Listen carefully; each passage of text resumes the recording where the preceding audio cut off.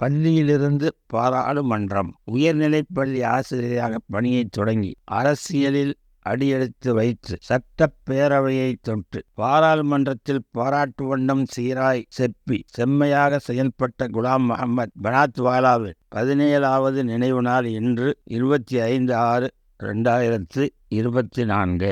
குலாம் முஹம்மது பனாத்வாலா 5/8/1933 மும்பையில் பிறந்தார். வணிக இயலில் முதுகலை பட்டம் பெற்றார். உயர்நிலைப் பள்ளி ஆசிரியராக பணியாற்றினார். காயிதே மில்லத் இஸ்மாயில் சாஹிப் அவர்களால் ஈர்க்கப்பட்டு இந்திய யூனியன் முஸ்லிம் லீக்கில் சேர்ந்தார். மும்பை உமர்காடி தொகுதியில் 1967 சட்டப்பேரவை தேர்தலில் வென்றார். 1971 முதல் 1991 வரையும் 1996 முதல் 2004 வரையும் கேரள மாநிலம் பொன்னானி தொகுதியிலிருந்து மக்களவைக்கு 7 முறை தேர்ந்தெடுக்கப்பட்டார். இப்ராஹிம் சுலைமான் சேட்டுக்கு பிறகு இந்திய யூனியன் முஸ்லிம் லீக்கின் அகில இந்திய தலைவராக தேர்ந்தெடுக்கப்பட்டார். இறக்கும் வரையில் தலைவராக இருந்தார். ஷரியத் சட்டத்திற்கு எதிராக வழக்கு நடைபெற்ற பொழுது தனிநபர் மசோதாவை நாடாளுமன்றத்தில் எழுப்பி எடுத்துரைத்த வாதத்தால் ஷரியத் சட்டத்தில்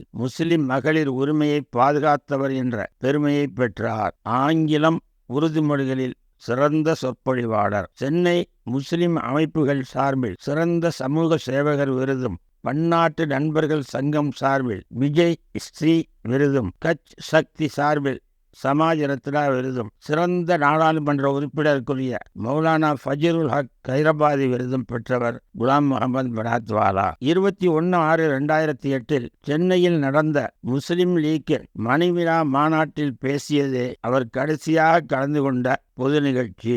25/6/2008 மும்பையில் அவரின் இல்லத்தில் இறந்தார்.